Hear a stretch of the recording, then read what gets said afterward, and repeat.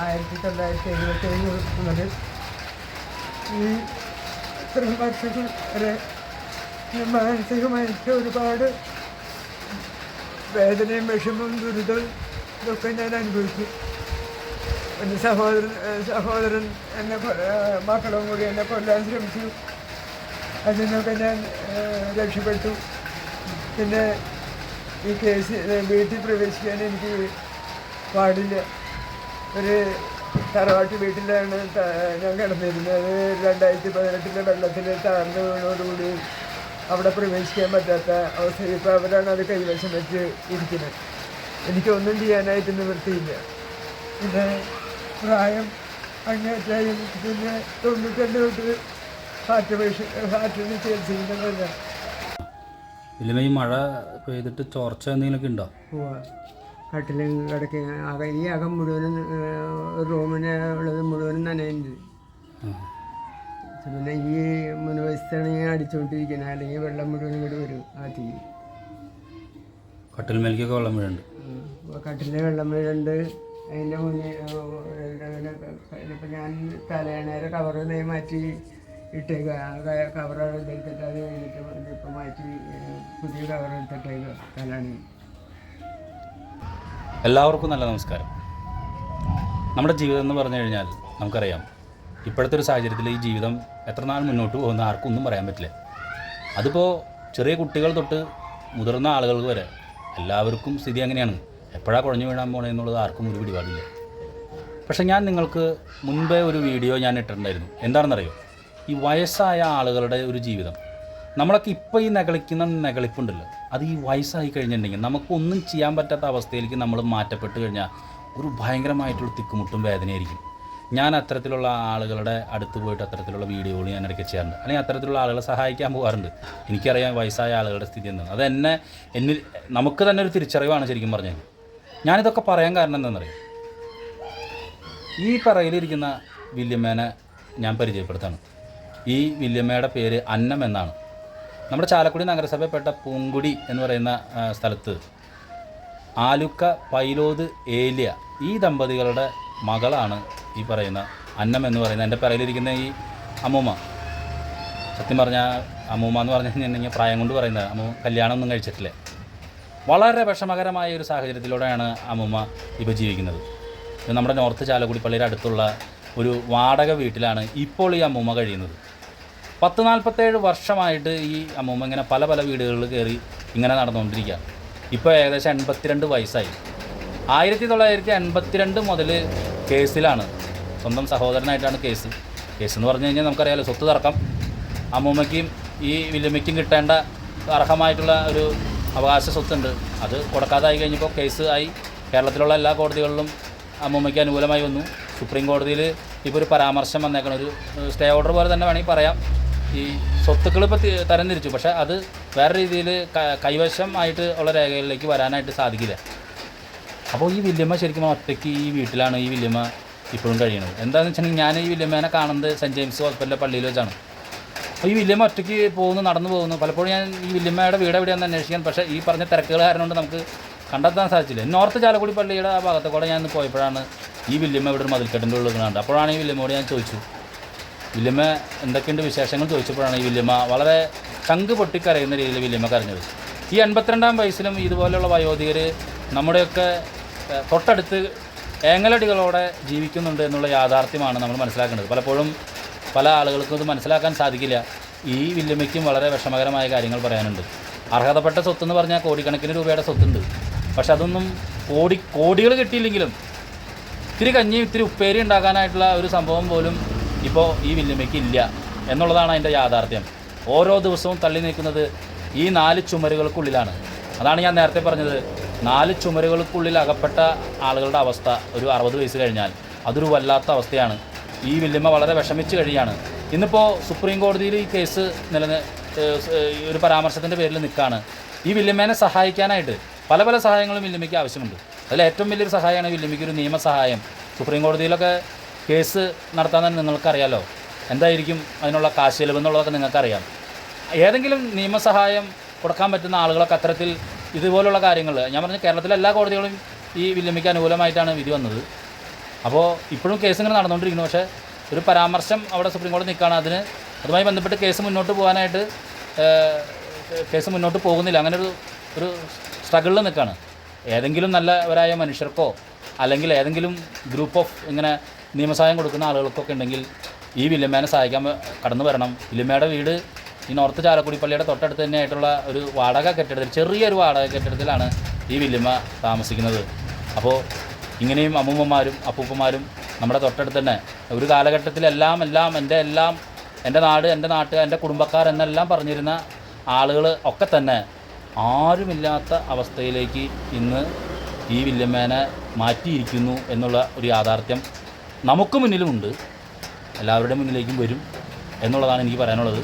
നമുക്ക് എന്തായാലും വില്യമ്മയോട് കുറച്ച് കാര്യങ്ങൾ ചോദിച്ചറിയാം. വില്യമ്മ എന്തൊക്കെ ജോലികളാണ് ചെയ്തുകൊണ്ടിരുന്നത്? ട്യൂഷനാണ് ഞാൻ പ്രധാനമായിട്ട് ചെയ്തത്. ട്യൂഷൻ പഠിപ്പിച്ചിരുന്നു. അത് ഏത് കാലഘട്ടത്തിലേക്ക് പഠിപ്പിച്ചിരുന്നത്? അത് 1977 തൊട്ട് പുറത്ത് എന്നെ പുറത്താക്കിയിട്ടോ. അപ്പൊ അങ്ങനെ പോയപ്പോ തൊട്ട് ഞാൻ ട്യൂഷൻ എടുത്തു. വീട്ടിൽ നിന്ന് പുറത്താക്കിയൊക്കെ ഏത് വർഷം? 77 പുറത്താക്കി. അപ്പോൾ വില്യമ്മ അത് കഴിഞ്ഞ് പിന്നെ എന്ത് ചെയ്തു? പിന്നെ എവിടെ താമസിച്ചത് ഒരു യൂണിയൻ ബാങ്ക് ഉണ്ടായിരുന്നു പോലീസ് സ്റ്റേഷന്റെ ഫ്രണ്ടില്.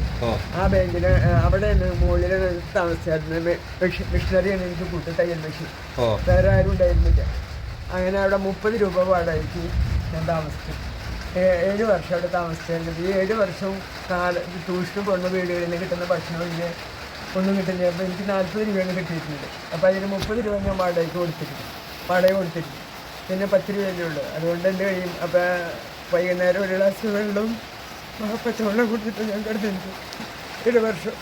പിന്നെ അവിടുന്ന് മാറി മൂത്തേടൻ കിട്ടിയൊരു 2 വീട്ടിലായി പിന്നെ താമസം 8 വർഷം. അപ്പോൾ അവിടെ താമസിച്ചു. ഇപ്പോൾ ഇത്തിരി ട്യൂഷൻ പിള്ളേർ കൂടുതൽ കിട്ടി. അപ്പോൾ ഇത്തിരി പൈസയും കൂടുതൽ കിട്ടി. അപ്പോൾ ഞാൻ ഒരുവിധം ഈ ഉപ്പേരി ഇത്തിരി കഞ്ഞിയായിട്ട് മുന്നോട്ട് പോയി. ഇപ്പോഴും അത് തന്നെയാണ് കഴിക്കുന്നത്. അവർ എന്നെ തിരിച്ച് എനിക്ക് ഭക്ഷണമൊക്കെ ഇടയ്ക്ക് തന്നിരുന്നു. 47 കൊല്ലം. ഇപ്പോൾ ഈ കേസുമായി ബന്ധപ്പെട്ട് വില്യമ്മയ്ക്ക് ഒരുപാട് ഈ കേസൊക്കെ നടത്തിയത് എങ്ങനെയാണ്? കേസൊക്കെ നടത്തിയത് ട്യൂഷന് കിട്ടുന്ന പൈസ കൊണ്ട് 1 തൊട്ട് 10 വരെയുള്ള പിള്ളേർക്ക് ഞാൻ ട്യൂഷൻ എടുത്ത്. അത് കഴിഞ്ഞിട്ട് ഹിന്ദി ആണ് എൻ്റെ മെയിൻ വിഷയം. ആ ഹിന്ദി ഉപയോഗിച്ച് ഈ കോളേജിലെ ബികോമിനൊക്കെ ഒരു പേപ്പർ ഉണ്ടല്ലോ, സൈഡ് പേപ്പർ. അങ്ങനെ അതിനൊക്കെ ഞാൻ ട്യൂഷൻ എടുത്ത് അങ്ങനെ കിട്ടി. 2018 ശേഷം എനിക്ക് ട്യൂഷൻ എടുക്കാൻ പറ്റിയില്ല. 2 സൈലൻ്റ് അറ്റാക്ക് കഴിഞ്ഞു. അതിൻ്റെ ഉള്ളിൽ സൈലൻ്റ് അറ്റാക്ക് കഴിഞ്ഞു, 2 എണ്ണം കഴിഞ്ഞു. അപ്പോൾ എനിക്ക് ട്യൂഷൻ എടുക്കാൻ പറ്റാത്ത അവസ്ഥയായി. നെഞ്ചെന്ത് ചെയ്താൽ സമ്മതിക്കില്ല. അങ്ങനെ വന്നപ്പോൾ ട്യൂഷൻ ഞാൻ നിർത്തി. അങ്ങനെ ഒരു ദിവസം മൂത്ത ചേച്ചി മരിച്ചിട്ട് ആദ്യത്തെ ആണ്ടിനാണ് ഇവിടെ എല്ലാവരുടെ മൂത്ത ചേച്ചിയുടെ വീട്ടിൽ ചെന്നപ്പോൾ ഞാൻ ഈ വിഷയം പറയും, എന്നെ കേസ് നടത്തി എനിക്കൊരുപാട് പൈസ ചിലവുണ്ട്, നിങ്ങളെന്നെ സഹായിക്കുന്നു പറഞ്ഞപ്പോൾ അവർ അന്ന് തൊട്ട് തിരിച്ച പൈസ തന്നെ സഹായിക്കുന്നതിനാണ് ഞാനിപ്പോൾ ജീവിക്കുന്നത്. എൻ്റെ ജീവിതം അന്ന് ഒരിക്കലും അസംബന്ധിച്ചേക്കുക.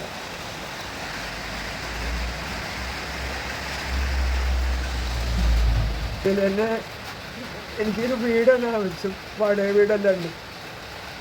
ഇത്രയും കാലം ഞാൻ താമസിച്ചിട്ട് ഇനിയൊരു വയ്യാണ്ടായിരുന്നൊരു കക്കൂസിക്ക് പോകാൻ പറ്റാത്തൊരു സ്ഥലമാണ് ഇത്. ഇതിൻ്റെ അതിന് പുറത്തേക്ക് ഇറങ്ങി പോകണല്ലോ. അപ്പോൾ മനുഷ്യരോട് ഞാൻ പറയുന്നത്, എന്നെ സഹായിക്കാൻ ആരെങ്കിലും ഉണ്ടെങ്കിൽ എനിക്കൊരു വീട് വാങ്ങി തന്നാൽ ഞാനതിന് കിടന്ന് മരിച്ചു കഴിയുമ്പോൾ അവരെടുത്തോട്ടെ.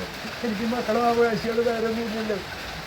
അപ്പോൾ ഈ 36 സെൻറ്റ് ഭൂമിയും 14.25 സെൻറ്റ് നിലവും ഞാൻ എന്ത് വേണമെങ്കിലും ചെയ്യാം. എന്നെ സഹായിക്കുന്ന സന്മനസ്സുള്ളവർക്ക് കൊടുക്കാൻ എൻ്റെ ചേച്ചിമാരുടെ മക്കൾ ഉണ്ട്. അവർ എന്നെ ഇപ്പോൾ സഹായിച്ചുകൊണ്ടിരിക്കുന്നതുകൊണ്ടാണ് ഞാൻ പട്ടിണി കൂടാതെ കഞ്ഞിരിക്കുന്നതും മരുന്ന് വാങ്ങുന്നതും എല്ലാം. ഞാൻ നിങ്ങളെ നേരത്തെ പരിചയപ്പെടുത്തി തന്ന ഈ വില്യമ്മയുടെ അന്നം ടീച്ചറുടെ ആലൂക്ക പൈരോത് മകൾ അന്നം ടീച്ചർ താമസിക്കുന്ന വാടക വീടാണ് നിങ്ങൾ കാണുന്നത്. ഇപ്പോൾ ഇതിൻ്റെ മുകളിൽ ഒരു ഷീറ്റ് ഇട്ടു. ഇതെന്താ സംഭവം എന്ന് വെച്ചിട്ടുണ്ടെങ്കിൽ, ഈ അന്നം ടീച്ചർ വാടകയ്ക്ക് നോർത്ത് ചാലക്കുടി പള്ളിയുടെ അടുത്തൊരു വീട്ടിലാണ് താമസിക്കുന്നത്. ഈ വീട് അത്ര സുരക്ഷിതത്വമല്ല. ശരിക്കും പറഞ്ഞാൽ ഈ പിറകിൽ കാണുന്ന വീടിൻ്റെ മുൻവശത്തായിട്ടാണ് ഈ വീട്. ഇതൊരു ചെറിയ തണ്ടിക പോലത്തെ ഒരു വീടാണ്. ഒരു മുറി ഒരു അടുക്കളയൊക്കെയുള്ള വീടാണ് നിങ്ങൾ കണ്ട പോലെ. പക്ഷേ മഴ പെയ്ത് തുടങ്ങി കഴിഞ്ഞപ്പോൾ ഒരുപാട് വെള്ളം ഇതിലേക്ക് വീണ് കട്ടിലേക്കൊക്കെ വീണ് കിടക്കാൻ പറ്റാത്ത സ്ഥിതിയിലായി ഈ വില്യമ്മയ്ക്ക്. അങ്ങനെ ഈ വില്യമ്മ എന്നെ അറിയിച്ചു. ഞാൻ വന്ന് ഇവിടുത്തെ വാർഡ് മെമ്പറേയും മറ്റാളുകളൊക്കെ അറിയിച്ചു ഇതിലൊരു ഇടപെടൽ നടത്തുമെന്ന്. വാർഡ് മെമ്പർ ഗൃഹനാഥനെ വിളിച്ച് പറഞ്ഞു, ഈ യഥാർത്ഥ ഉടമസ്ഥനെ വിളിച്ച് പറഞ്ഞു. പ്രത്യേകിച്ച് ഇടപെടലൊന്നും ഉണ്ടായില്ല. അങ്ങനെ വീണ്ടും വെള്ളം വീണ് നനഞ്ഞ കട്ടിലിൽ കിടക്കുമ്പോൾ അങ്ങോട്ടും ഇങ്ങോട്ടും തിരിഞ്ഞ് കിടന്ന് ഈ പാവം അങ്ങനെ മുന്നോട്ട് പോകുന്നതിൻ്റെ ഇടയിലാണ് ചാലക്കുടി നോർത്ത് മേഖല ഡിവൈഎഫ്ഐയുടെ പ്രവർത്തകർ വന്ന് ഈ മഴയത്ത് വന്ന് ഇങ്ങനെ ഒരു ഷീറ്റ് വലിച്ച് കെട്ടി ചെയ്ത്. എന്തായാലും ഒരുപാട് നന്ദിയുണ്ട്. കാരണം ഇതും കൂടി ചെയ്തില്ലായിരുന്നെങ്കിൽ ആ വല്യമ്മ നനഞ്ഞ് അങ്ങനെ മുന്നോട്ട് പോകും. വയോധികരുടെ ജീവിതം എങ്ങനെയാണ് എന്നുള്ളൊരു കാര്യം കൂടി നിങ്ങളുടെ മുന്നിൽ കാണിച്ചു തരികയാണ്.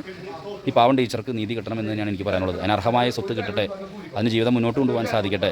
ഒരു ചെറിയ വീട്ടിൽ, അതിൻ്റെ സ്വപ്നമെന്ന് പറയുന്ന ഒരു ചെറിയ വീട്ടിൽ അത് അതിൻ്റെ കാര്യങ്ങളായിട്ട് ജീവിച്ചു പോകാനായിട്ടുള്ളൊരു സംഗതിയാണ് അത് ചിന്തിക്കുന്നത്. എന്തായിരുന്നാലും ആപത്ത് ഘട്ടത്തിൽ ഇത്തരത്തിലുള്ള സഹായങ്ങളൊക്കെ ചെയ്യുന്നത് ഒരു മാനുഷിക പരിഗണനയാണ്. ഈ വീടിൻ്റെ പുറത്ത് മഴ പെയ്യുന്നുണ്ടെങ്കിലും എൻ്റെ ഈ പിറകിലിരിക്കുന്ന വല്യമ്മയുടെ ഉള്ളിൽ അത്ര തണുപ്പല്ല. അതിൻ്റെ കാരണം നിങ്ങൾ കേട്ടിട്ടുണ്ടാവും. ഇതാണ് വയസ്സായവരുടെ സ്ഥിതി. നമുക്ക് നമ്മുടേതായിട്ടുള്ള ചെറിയ ഈഗോയും വാശിയും ചെറിയ പിടിവാശികളൊക്കെ മാറ്റി വെച്ച് കഴിഞ്ഞാൽ നമ്മളെത്ര സ്നേഹത്തോടും സന്തോഷത്തോടും കൂടി ഒരു കുടുംബം പോലെ ജീവിച്ചാലുള്ള സന്തോഷം എത്ര വലുതായിരിക്കും എന്ന് പലപ്പോഴും നമ്മൾ മറന്നുപോകും. ഞാൻ ഉൾപ്പെടെയുള്ള ആളുകൾ തന്നെ പറയണേ, നമ്മുടെ പിടിവാശികളും ഈഗോസുമാണ് നമ്മുടെ കുടുംബ ബന്ധങ്ങളിൽ പലപ്പോഴും വിള്ളൽ വീഴുന്നത്. ഞാൻ ഒരിക്കൽ കൂടി പറയുന്നു, ഈ വല്യമ്മയുടെ കുടുംബാംഗങ്ങൾ അവരാരാണെന്ന് എനിക്കറിയില്ല, പക്ഷേ എല്ലാവരും ചേർന്നിരുന്ന് സന്തോഷത്തോടെ ഇനിയുള്ള നാളുകൾ ജീവിക്കുക എന്നുള്ളതാണ് ഏറ്റവും വലിയ കാര്യം. ഇന്ന് ഈ വല്യമ്മ വളരെ വിഷമത്തോടെ ഇതിൻ്റെ അകത്തൊന്ന് ചിന്തിച്ച് നോക്കി. 82 വയസ്സുള്ളൊരു വല്യമ്മ ഒറ്റയ്ക്ക് ഇതുപോലൊരു വീട്ടിൽ ഈ കക്കൂസയ്ക്ക് വരെ പോകണമെങ്കിൽ പുറത്തേക്ക് ഇറങ്ങി പോകണം. അങ്ങനെ ഒരു വീട്ടിൽ ഒരു 2 മുറി, ഒരു അടുക്കള, ഇതിൽ വല്യമ്മ തന്നെ ഈ പാചകം, ആകെ ഒരു മുറി. ഈ മുറി എന്ന് പറഞ്ഞു കഴിഞ്ഞാൽ അടുക്കള, ഒരു കയറി ചെല്ലുന്നത് മുറി, അതതിൻ്റെ പറയില്ല അടുക്കള. അങ്ങനെയുള്ളൊരു വീട്ടിൽ എന്താ പറയുക, ഇടിയും പേമാരിയും മഴയും ഉള്ള ദിവസങ്ങളിൽ ഈ വല്യമ്മ ആരോടായിരിക്കും സംസാരിക്കുക, ആരോടായിരിക്കും വർത്തമാനം പറയുക? ഒരാൾ മാത്രമാണ് ഈ വീടിൻ്റെ ഉള്ളിൽ ഈ അമ്മൂമ്മയ്ക്ക് ആശ്രയമായുള്ളത്. ആ ആളുടെ ഫോട്ടോ അതിൻ്റെ ഉള്ളിൽ തന്നെ വെച്ചിട്ടുണ്ട്. ക്രൈസ്റ്റിൻ്റെ ഫോട്ടോയാണ് അതിൻ്റെ അകത്ത് വെച്ചത്. ക്രൈസ്റ്റാണ് വല്യമ്മയുടെ ഏറ്റവും വലിയ ആശ്രയം.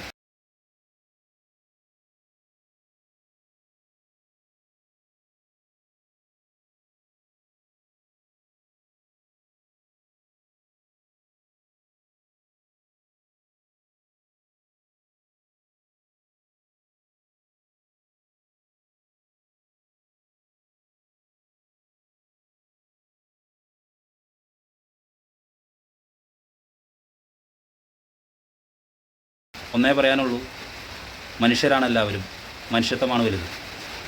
നന്ദി, നമസ്കാരം.